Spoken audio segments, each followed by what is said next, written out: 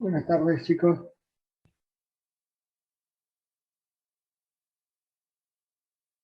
Espero que anden bien. Bueno, en la clase de hoy vamos a trabajar con lo que es cartografía. Eh, si bien hay conceptos de cartografía que ustedes lo van a ver en teoría, nosotros nos vamos a abocar solamente a los conceptos que son más importantes para entender cómo se puede leer un mapa y cuáles son los elementos fundamentales para crear un mapa, en el caso de que uno tenga que crear un mapa. ¿Sí?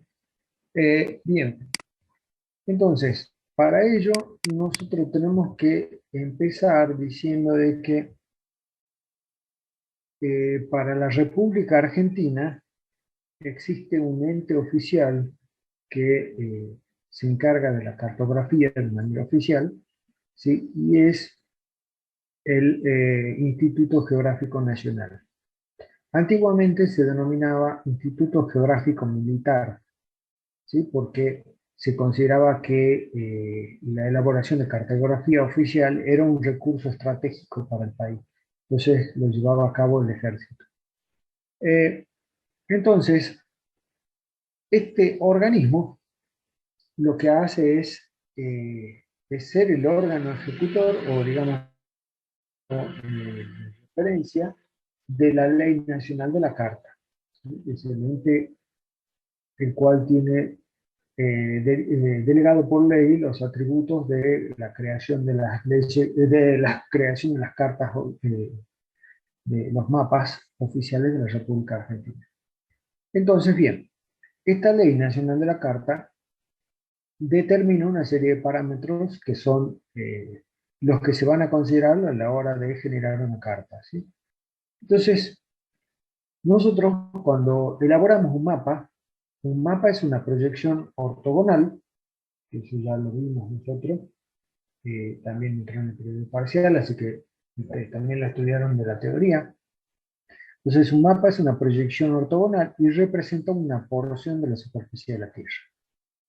Pero la Tierra no es una superficie plana, salvo que alguno de ustedes sea terraplanista y lo piense así, pero bueno, la geometría de la Tierra se aproxima un poco a un elipsoide y un poco a un geoide. ¿Sí? No es ni siquiera una circunferencia. Entonces ahí empiezan los problemas de cómo llevar una superficie casi esferoide a una superficie plana. Entonces cada vez que yo llevo una superficie como la que tenemos en la realidad y la proyectamos sobre un plano, se van a producir deformaciones. ¿Sí? Siempre. No hay posibilidad que no haya deformaciones.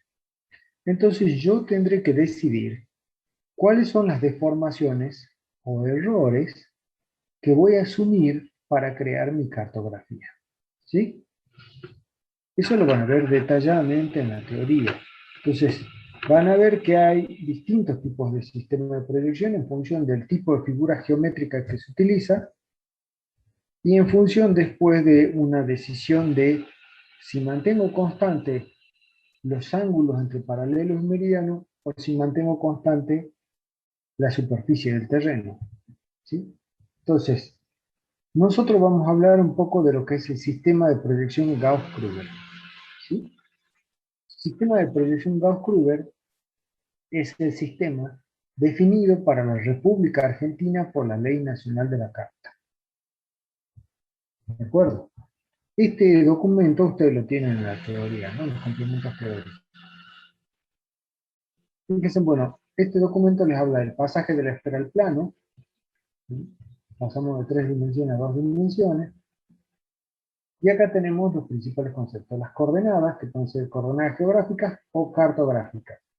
Se dice cartográficas o planas. ¿Sí? Entonces, dentro de las coordenadas cartográficas tenemos el sistema Gauss-Krüger. Hay otro sistema que también nosotros por ahí lo mencionamos, que puede ser el sistema UTM, que es el Universal Transversal Mercator. Vamos a ver algunas diferencias entre Gauss-Krüger y UTM. ¿Sí? Entonces,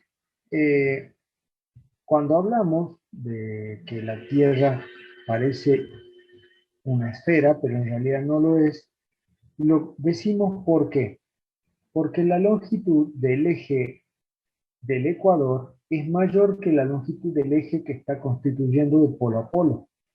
Por lo tanto, hay un ligero achatamiento polar.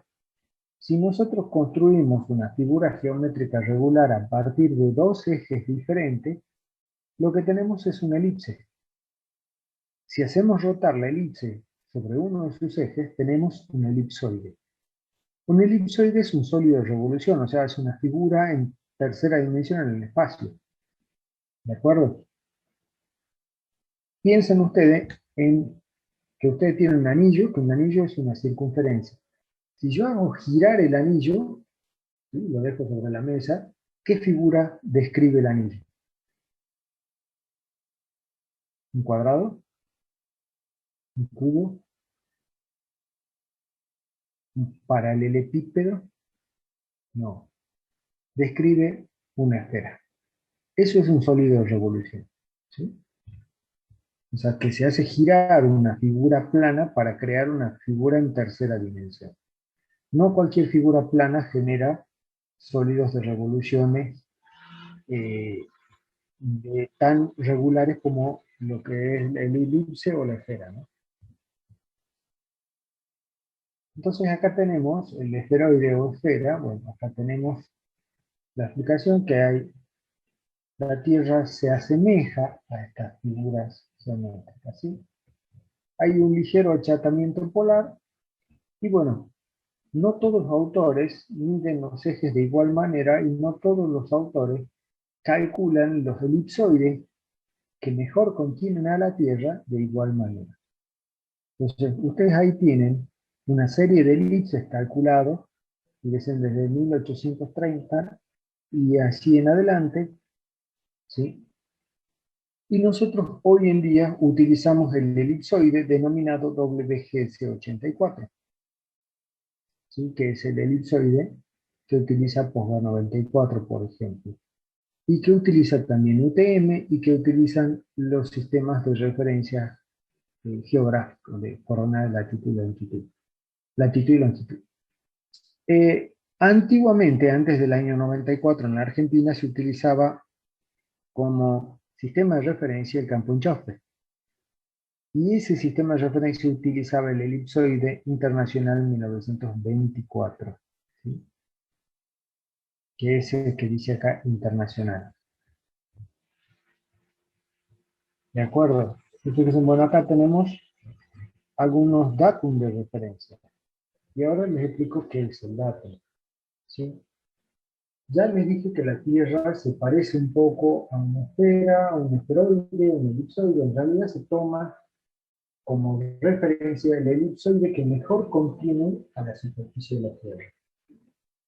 Y un datum, ¿sí? Se denomina así a un punto fundamental que puede estar en algún punto de la superficie del elipsoide, que ese sería un punto o un datum local, o puede ser ubicado en el centro de masa de la Tierra, coincidente con el centro de la intersección de los ejes o de los semiejes que constituyen el elipsoide. Por lo tanto, va a contener el punto denominado punto fundamental, que es ese punto de intersección del centro del elipsoide y un elipsoide de referencia.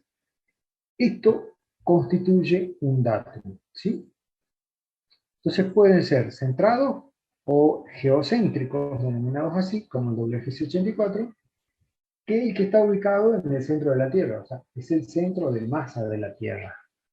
Eh, ¿Cómo hacen los matemáticos si nadie pudo llegar al centro de la Tierra, salvo Julio Verne y sus historias? Eh, Nadie pudo llegar al centro de la Tierra. ¿Cómo sabemos dónde está el centro de la Tierra? Bueno, esto pasa por conocer un poco la masa de la Tierra, o sea, cómo está constituida la Tierra. Toda la masa de la Tierra genera un efecto que se llama atracción gravitacional, o sea, la fuerza G. Si uno lanza un objeto, en el aire, ese objeto describe una trayectoria rectilínea hacia la superficie de la Tierra. Esa trayectoria coincide con la línea vertical. Si yo me paro en diferentes puntos, esa línea vertical es casi perpendicular a la superficie de la Tierra. Entonces, si yo recreo los vectores de cada una de esas trayectorias, puedo determinar el punto donde los vectores se intersectan en el centro de la Tierra. Y ahí calculo matemáticamente el centro de la Tierra. Y en ese punto hago coincidir el elipsoide de referencia. Bueno, hay una estructura geográfica que se construye a partir de la atracción gravitacional de la Tierra, ¿sí? Y es esto, que se ve acá bien irregular, acá se ve la superficie de la Tierra. Hay una figura que es la más parecida a la superficie de la Tierra y se denomina geoide. El geoide, ¿sí?, es la proyección o es una superficie equipotencial, o sea, es una superficie en la cual la atracción de la gravedad es constante. O sea, la misma atracción de la gravedad. ¿Y con qué atracción de la gravedad tomo como patrón? O sea, yo podría tomar un poquito más arriba, un poquito más abajo, la que yo quisiera. Bueno, se toma la misma atracción gravitacional que tiene el nivel medio del mar. En otras palabras, sería como proyectar el nivel del mar sobre todo el globo terráqueo. Eso es lo que se conoce como geoide. Un datum local, fíjense que el geoide entonces tiene como centro de masa el centro de la Tierra que coincide con el centro del elipsoide. Para crear un datum local, se toma un punto en la superficie terrestre donde coinciden el plano de la superficie terrestre, el geoide y el elipsoide. ¿Por qué? Porque si yo tengo un punto en común a tres formas geométricas diferentes, puedo pasar de un sistema a otro. Matemáticamente es la única forma para pasar de un sistema a otro, si no, no podría. ¿Sí? Entonces, vamos a ver un poquito acá. Bueno, acá les explica qué es campo en Chauspe y qué es campo en Chauspe 69 y Postgard 94. Son dos sistemas de referencia de la Argentina que utilizan el sistema de proyección Gauss-Krüger, ¿sí? Ahí tienen un poquito de referencia.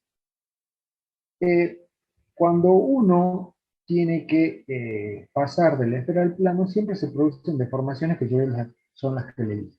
Pueden ser de deformaciones de distancia, de forma, de dirección o de área.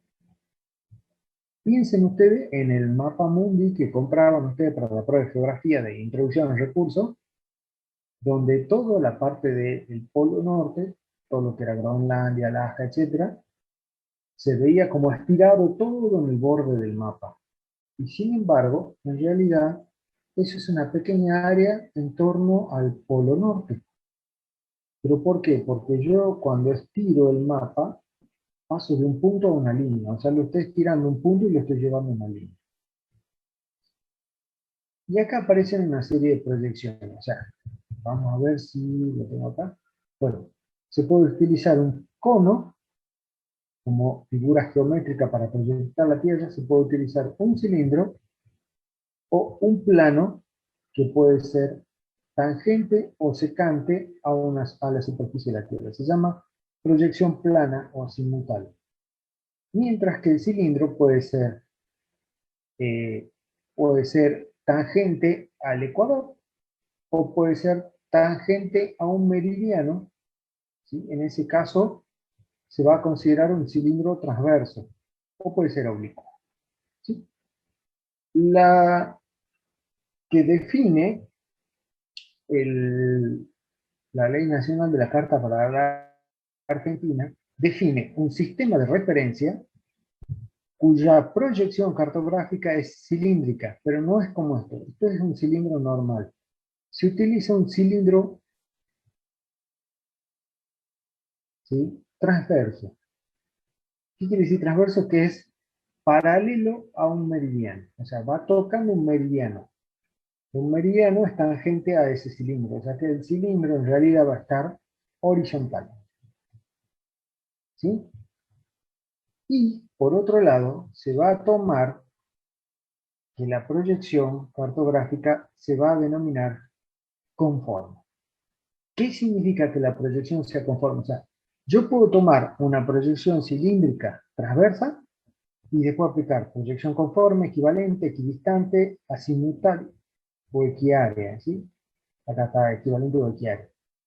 La proyección conforme es aquella que mantiene constante la intersección entre paralelos y medianos, o sea que se van a intersectar formando ángulos de 90 grados.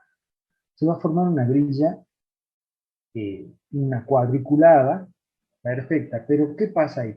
En la proyección conforme se va a deformar la superficie de la Tierra. En cambio, en una proyección equiárea o equivalente, la superficie de la Tierra se mantiene constante y por tanto se deforman las intersecciones entre paralelos y medianos. La equidistante es un compromiso entre las dos anteriores. Dicho de mal y pronto, no es ni chicha ni limonada. ¿Por qué? Porque no conserva ni 90 grados los ángulos entre paralelos y medianos, ni conserva el área de mapeo.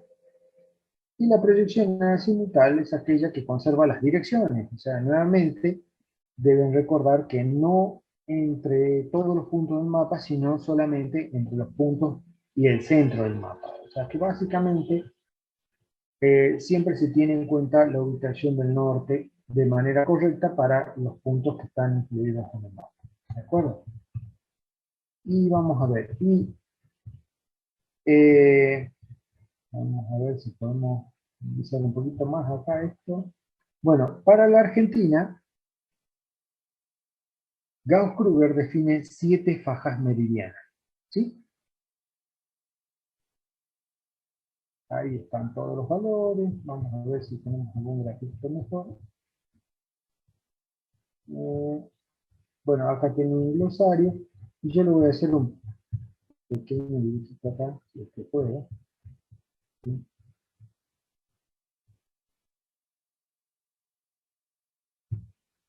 Eh, a ver, bien, supongamos que esta es la superficie de la Tierra y acá va un meridiano, que es tangente al cilindro. El cilindro lo vamos a hacer de otra forma. Ahí y ahí. Este es el cilindro. No dibujo tan bonito, pero bueno, ahí está. Entonces, si este es el meridiano 72, ¿sí? ¿Qué es lo que hago yo? Voy a tomar el área circundante a ese meridiano central. Y fíjense que es como un gajo de mandarina, o sea, van hacia los polos que convergen en puntos. Pero cuando yo lo dibujo en el mapa, ¿sí? Cuando yo lo dibujo en el mapa, fíjense que se ve como líneas paralelas. Y en realidad no son paralelas. Hacia el sur, hacia el polo sur, convergen esos dos puntos. ¿De acuerdo? Entonces, yo tomo un meridiano central y fíjense que cada faja mide 3 grados de ancho en Gauss-Kruger. O sea que yo voy a tomar 1,5 grados de terreno para cada lado y ese 1,5 grados para cada lado lo voy a proyectar sobre el cilindro y dibujo la faja. Para dibujar la faja siguiente, la faja 2, ¿qué voy a hacer? Hago girar la Tierra hasta que coincida el siguiente meridiano, en este caso 69. Y voy a tomar 1,5 grados a cada lado y dibujo otra faja. O sea que cada faja, de la 1 a la 7 en Argentina, cada faja es una proyección geométrica independiente de las otras. Por eso es que si yo tengo un sistema de coordenadas para la faja 2, no lo puedo llevar a la faja 1. ¿Por qué? Porque son sistemas de referencia completamente diferentes. Cada uno tiene una geometría diferente. ¿Entendido eso? Bien. Entonces, ¿qué diferencia hay del sistema Gauss-Kruger con UTM? Primero, UTM no es paralelo, sino que es secante. O sea, ¿qué significa que sea secante? Si este es el cilindro del tubo, la superficie de la Tierra va a ir ahí. O sea que el cilindro cortaría la Tierra en dos puntos. Y ahí se proyecta 3 grados a cada lado de cada punto de intersección. O sea que, en definitiva, el ancho de faja de UTM va a ser de 6 grados. ¿Sí? ¿Por qué hace eso? Porque a medida que nosotros nos alejamos del punto del centro de contacto, por ejemplo, en Gauss-Kruger, imagínense si yo tengo esta forma, ¿sí? Y lo proyecto sobre esta línea. Fíjense, desde acá hasta acá, yo tengo la misma distancia real, acá le vamos a cambiar el color, desde acá hasta acá, tengo la misma distancia real que de este punto a este punto, ¿sí? Bien, siguiendo el arco de la forma esta. Si yo lo llevo a la recta, al plano, acá voy a tener esa dimensión. Pero en este otro tramo voy a tener esa dimensión. Fíjense que acá la distancia es mucho menor de acá. O sea que a medida que nos alejamos del punto de contacto, del meridiano central, van a aumentar el error de las distancias. O sea, la apreciación de la distancia. Por eso lo que hace Gauss-Kruger es tomar fajas más angostas, de 3 grados, para evitar el error o la deformación del terreno. ¿Sí? O sea, si bien hay deformación, pero al tomar fajas angostas no hay tanta deformación. Mientras que, que lo que hace UTM, ¿sí?, es llevar esa línea, vamos a hacer otro color, acá, ahí. Llevar esa línea ahí, es tangente. ¿Qué quiere decir? Que cuando yo proyecto esto acá, ¿sí?, voy a proyectar este sobre esta línea, la distancia o las deformaciones que se van a producir por el arco van a ser equivalentes a un ancho de faja de 3 grados de Gauss-Kruger. Sin embargo, acá estamos tomando un ancho de faja de 6 grados. O sea, UTM toma un ancho de faja de 6 grados. Esa es la diferencia principal. Gauss-Kruger es tangente. Y UTM es secante, ¿sí? Gauss-Kruger toma 3 grados de ancho, UTM toma 6 grados de ancho. Ambas tienen meridiano central, ¿sí? Ahora bien, otra diferencia. Gauss-Kruger, para calcular una coordenada, acá le voy a dibujar de nuevo, toma, si este es el ancho de la faja, ¿sí?, acá vamos a dibujar el meridiano central. Ahí, aunque sea el meridiano central. Y acá va 66, por ejemplo, 66 grados de longitud oeste. Se dice 66 grados de longitud oeste o menos 66 grados de longitud, ¿sí? Cualquiera de las dos formas. Tengo que indicar que estoy hacia el oeste del meridiano de Greenwich. ¿Qué es lo que hace? Toma como valor de 0 el centro del meridiano. O sea, el meridiano central de la faja sería nuestro punto de partida.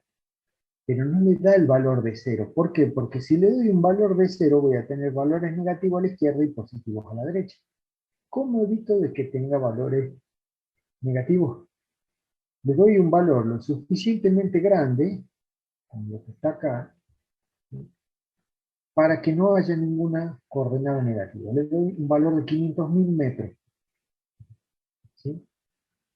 Y UTM también le da el mismo valor, 500.000 metros. O sea que si yo me muevo hacia el este, ¿sí?, voy a tomar 500.000 y le sumo la distancia que recorro hasta acá. Mientras que si me voy hacia el oeste, voy a tomar los 500.000 metros. Si me voy 10 kilómetros hacia el oeste, tengo que restarle 10.000 a los 500.000. O sea que voy a tener 490.000 metros. O sea que tengo que hacer una diferencia de distancia. UTM funciona igual, pero hay una pequeña diferencia. Gauss-Kruger antepone el número de faja al valor de 500.000. O sea que la coordenada del centro de la faja 1 va a ser 1.500.000. El de la faja 2 va a ser 2.500.000 y de la 3, 3.500.000. UTM no le antepone el número de faja. ¿Sí? En alguna parte de la carta, UTM le va a indicar qué zona es. Y a la faja le llama zona. Por ejemplo, Salta está en la zona 20. ¿Sí? Y después, ustedes que yo les dije que es un sistema de coordenadas. O sea, que yo para encontrar, ¿sí?, la posición de un punto, primero tengo que saber la distancia que tengo al meridiano central y me falta en el otro eje. ¿Sí? En el otro eje se va a considerar la distancia que yo tengo al punto más austral. O sea, ¿cuál es el punto más al sur que existe? En el hemisferio sur, ¿cuál es el punto más al sur?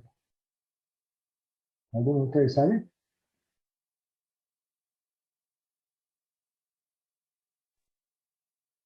Miren que esto es pregunta de final, ¿no?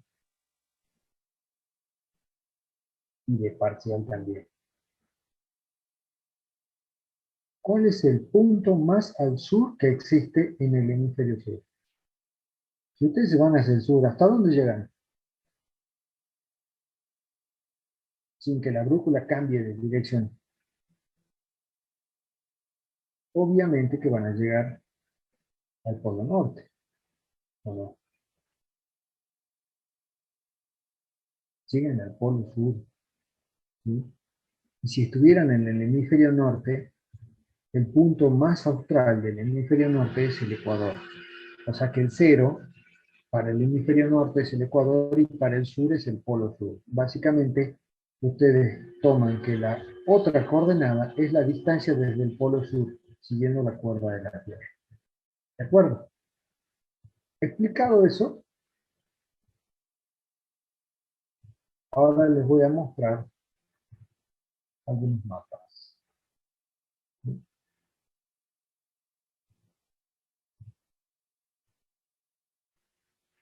Lo que hace el IGN, el Instituto Geográfico Nacional, es crear un mapa que contiene todo el ancho de una faja completa. Tiene 3 grados de ancho y 2 grados en el sentido septentrional, o sea, de norte a sur. ¿Sí? Esa hoja se dibuja a una escala de 1 en 500.000 y se denomina hoja madre.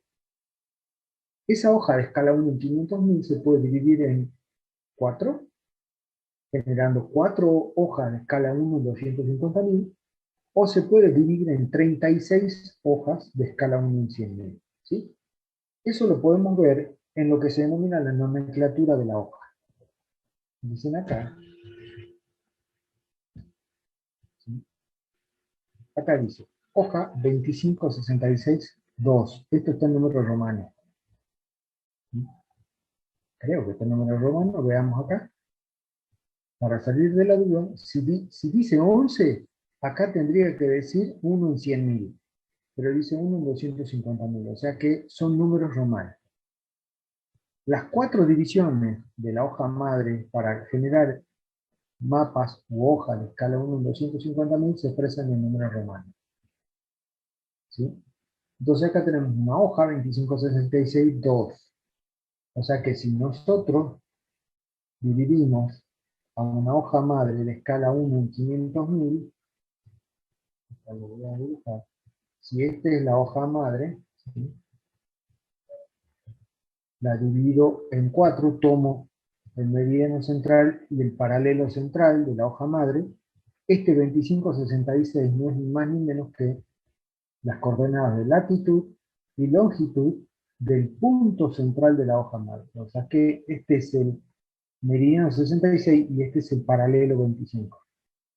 Y cada uno de estos cuartos lo voy a dibujar en el mismo tamaño que la hoja madre, o sea que la hoja resultante me va a quedar en la escala 1 en 250. Y esto va a ser 1, este va a ser 2, esto va a ser 3, y este va a ser 4. En romanos, ¿sí? Así es. Si la hoja madre se dividiera en 36 partes, tendría que dividirla en 6 por 6. ¿Sí? Y ahí tenemos 36 partes, y cada una de ellas va a ser un mapa de escala 1 en 100. Y acá se representa con números arábigos. O sea, que son los números que ustedes usan normalmente. Y acá, por ejemplo, si tomo esta hoja, acá será la nomenclatura. Si fuera la misma hoja madre, será la 2566-12, de escala 1 en 100. ¿Sí? Ahí está. 2566-2. Lo primero que le preguntan al final, ¿qué significa hoja 2566-2? El nombre de la hoja, acá dice Carta Topográfica de la República Argentina. Es un mapa temático, porque tiene una temática. Fíjense que acá dice que contiene las provincias de Salta y Jujuy, pero la hoja se llama hoja salta. ¿Por qué tiene idea? ¿Por qué se puede llamar hoja salta? Por una cuestión muy sencilla. Porque la hoja toma el nombre de la localidad o de la ciudad más importante que está contenida en el territorio el cual se dibuja en la hoja. ¿Sí? Y dicen, acá está San Salvador de Jujuy y acá está Salta. ¿Cómo sé yo que Salta es más importante que Jujuy? En realidad no lo toma como importancia histórica ni nada de eso. Es más sencillo. Se considera la localidad más importante como la de mayor número de habitantes. ¿Sí? Así es. Por otro lado, fíjense que acá tenemos dos tipos de escalas. Esta se llama escala analítica o escala numérica. Esta escala solamente sirve cuando la hoja está impresa en el tamaño, ¿sí? Si la hoja está impresa en el tamaño original para el cual se diseñó, la escala numérica es funcional, o sea, es la que sirve. Si no, se usa siempre la escala gráfica. ¿Sí? ¿Por qué? Porque la escala gráfica, fíjense qué pasa, si yo achico, la escala gráfica se achica. Si yo amplío el mapa, la escala gráfica aumenta. ¿Sí? O sea que se va a ampliar o contraer conjuntamente con el mapa. Y acá dice, equidistancia 100 metros. ¿Qué es la equidistancia? Dicen que ya estamos en tercer año y hay chicos que son de quinto año y no saben qué es la equidistancia. La equidistancia es la relación que hay entre curvas de nivel. X viene de igual, o sea que estamos hablando de igual distancia. Pero fíjense, si las curvas de nivel están representadas a igual distancia, ¿por qué acá están más separadas y acá están más juntas? Bueno, porque la equidistancia hace referencia al, a la distancia en el eje vertical, llamada de nivel. ¿Sí? Volvemos acá y voy a hacer un pequeño esquemita. Si yo tengo que esta es una montaña, vamos a hacer de otra forma, vamos a hacer que esta sea una montaña. ¿Dónde tengo mayor pendiente? ¿A la izquierda o a la derecha? Obviamente que a la izquierda. ¿Sí? Yo voy a pasar unos planos de corte ahí, y ahí. Fíjense en que acá voy a dibujar esos planos de corte en un sistema de eje. Fíjense en que acá los cortes están a la misma distancia. Esto es la equidistancia. Que esta distancia sea equivalente. Si no, no puedo comparar. Si yo llevo esto acá, voy a dibujar una curva de nivel acá, la otra aquí y la otra aquí. Y fíjense, del otro lado, una curva estará aquí, la otra estará aquí y la otra aquí. Esencialmente, ¿qué ocurrió? Cuando hay mayor pendiente, las curvas de nivel se van a ver más próximas. Cuando hay menor pendiente, las curvas de nivel se van a ver más separadas. Eso por un lado. Y por el otro lado, tenemos que ver la forma de la curva de nivel. Si se fijan acá, cuando la curva de nivel se retrae, o sea, se va hacia atrás, acá tengo una línea de drenaje, un arroyo. ¿Por qué? Y analicemos. Vamos a ver acá la forma de la curva de nivel. Volvemos a mirar. Yo tengo estas curvas de nivel, así, así y así.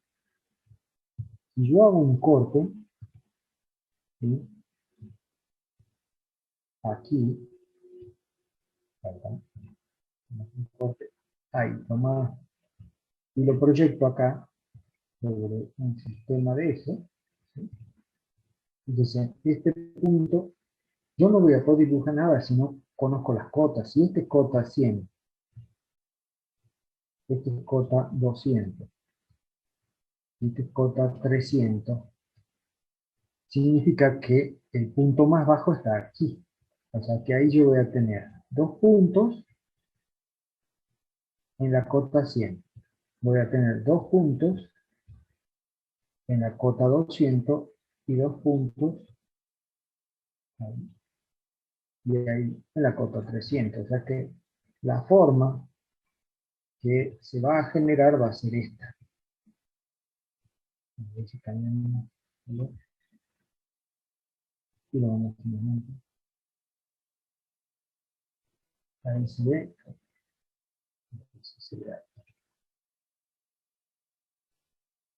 O sea que acá tenemos una zona baja. Por acá escurre el agua. Y que una quebrada, ¿sí? Básicamente. Pero ¿qué pasa si yo invierto las cotas? O sea que acá me va a quedar el punto más bajo aquí, aquí, luego voy a tener un poco más alto aquí y aquí, y finalmente los dos puntos elevados ahí. Y voy a tener esta forma. ¿Sí? Si esto fuera 100, 200 y 300 abajo.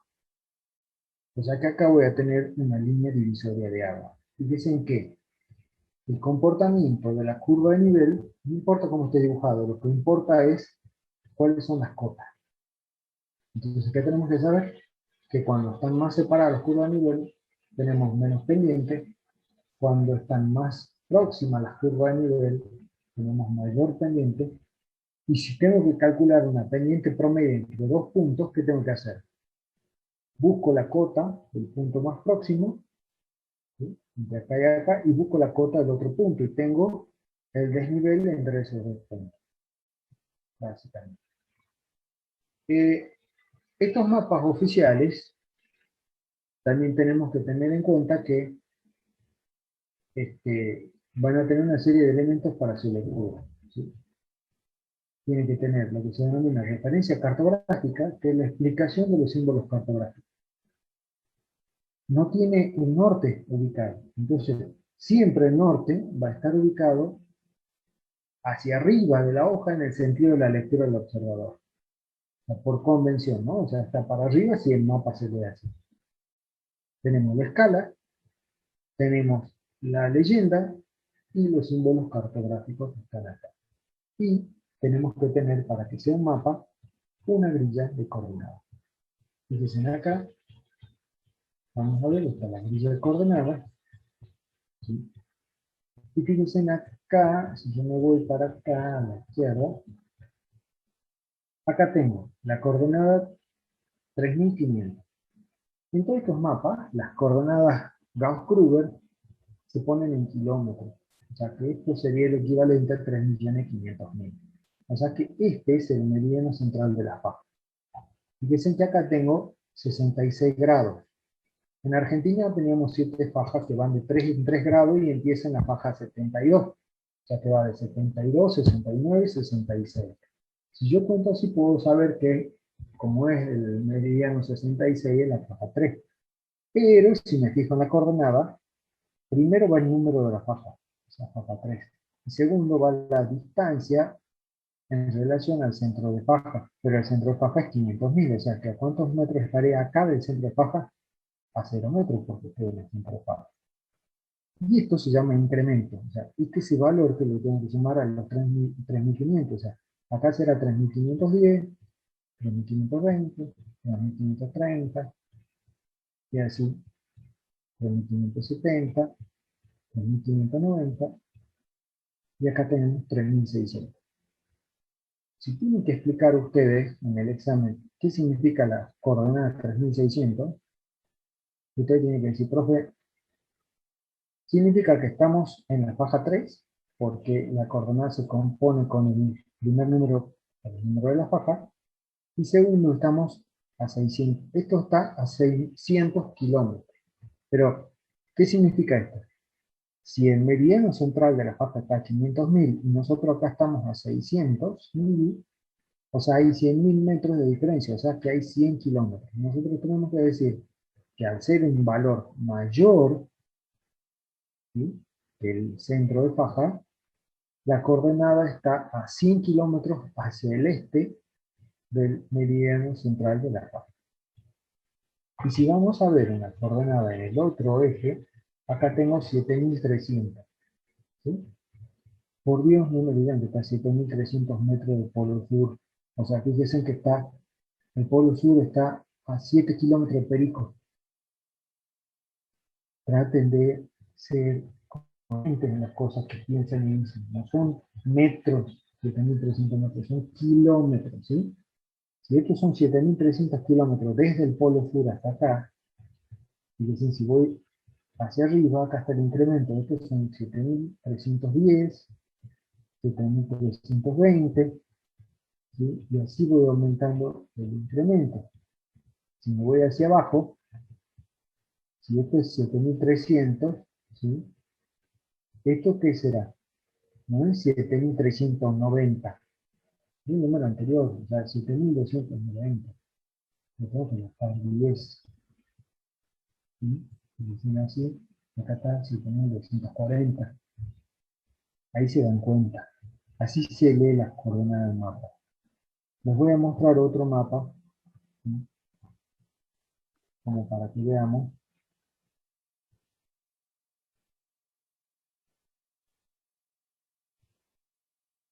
Acá tenemos una hoja 3 de San Ramón de Nuevo Orán, también de escala 1 en 250.000.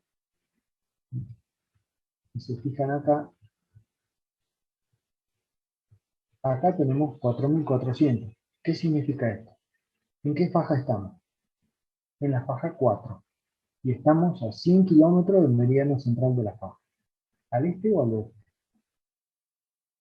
Se pregunta, ¿no? Ya con solo ver las coordenadas ya tendría que saber si estoy al este o al oeste. Al oeste, pues.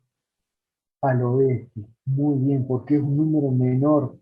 Si yo me vengo al borde de la hoja acá, acá tengo el meridiano central de la faja, 4.500. Bien. Y la coordenada hacia el polo sur la puedo leer en cualquiera de los dos bordes del mapa. Acá estoy de 7.400 metros desde el polo sur. Y acá será 7.410. Obviamente, si ustedes ven que tiene un apóstrofe el numerito, no digan 7.415. No, esto es la simbología de grados, minutos y segundos. O sea, esto significa que estamos a 15 minutos del meridiano 23, del paralelo 23, perdón. ¿Sí?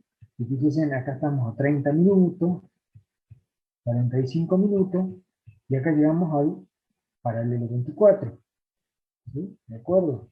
Entonces así se ve. Por otro lado, también en muchas de estas cartas están las cartas vecinas, fíjense. Acá está, la hoja San Ramón de la Nueva Orán 3. ¿Sí?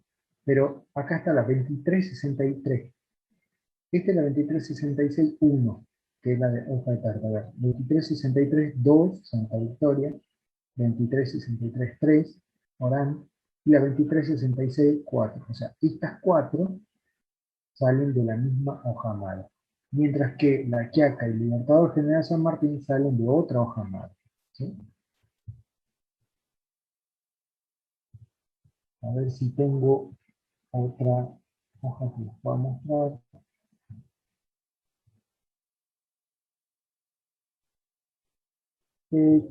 Todos son más o menos de los mismos. Ya voy a ver si consigo alguna de escala 1 en 50.000. La hoja de escala 1 en 50.000, básicamente, es, si acá tendríamos 2563, por ejemplo, 17, aparecerá un guión que dirá 1, 2, 3 o 4, que es alguna de las 4 divisiones de la hoja de 100.000, que se puede ver como una hoja de escala 1 en 50.000. ¿Sí?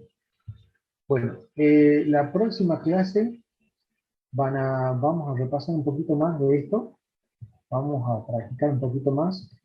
Estas hojas ustedes ya las tienen cargadas en el Moodle, ahí aparte, en la parte de abajo de práctico 9, dice cartografías de referencia del IGN.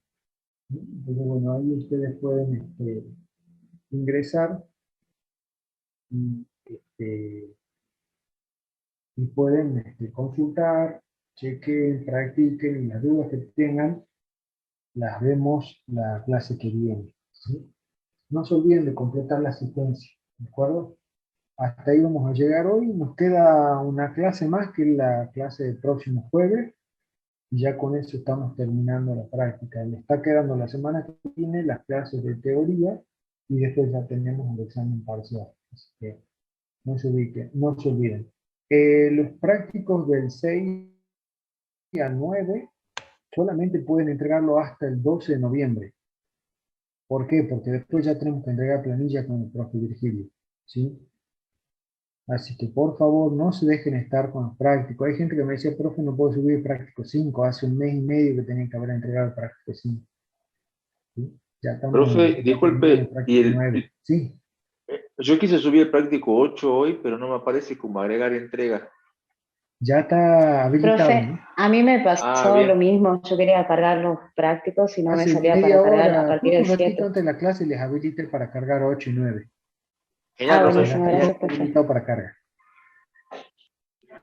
Profe, yo quise subir el trabajo 5, pero Sí. como no estaba cambiada la fecha, yo no sabía si iba a afectar en algo, ¿no? Y nunca lo subí, pero sí lo tenía hecho.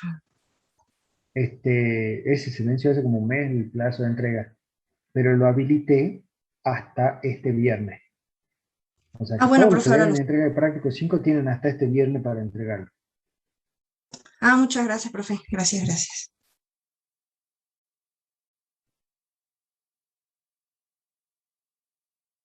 El parcial, por lo pronto, va a ser virtual, salvo que se cambien las condiciones, pero no creo, porque hay muchos chicos que son del interior y eso va a obligar a que tengan que viajar, ¿entienden? Entonces, bueno, hay que contemplar todas las posibilidades.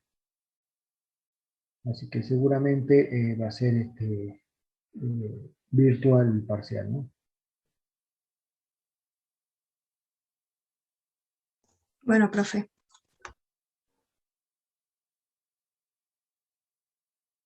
¿Alguna otra duda que tengan por ahí? Si no, nos estamos viendo el próximo jueves. Meta, profe, gracias. Después, una pregunta, profe, para hacer los Sí, trabajos en el ARGIS, sí. ¿hay algún PDF como para poder, lo que se hace en Edrisis? Eh, Mira, todas las cosas que hacemos en Idrisi, algunas cosas nada más se pueden hacer en ArcGIS y algunas se pueden hacer en QGIS, Sí. no todas. Por ejemplo, las clasificaciones, Bien. QGIS y ArcGIS tienen muchas limitaciones porque Mm, tienen solamente bien, algunas clasificaciones claro. supervisadas y no tienen, perdón, no supervisadas, y a veces no tienen la posibilidad de ser supervisadas. Sí, Del no año que viene supervisado. cambiaremos el LibreSI por Software Bien, Libre por bien. SOPI o por algún otro programa que nos permita procesar mejor imágenes. De hecho, uno usa varios programas para trabajar en GIS.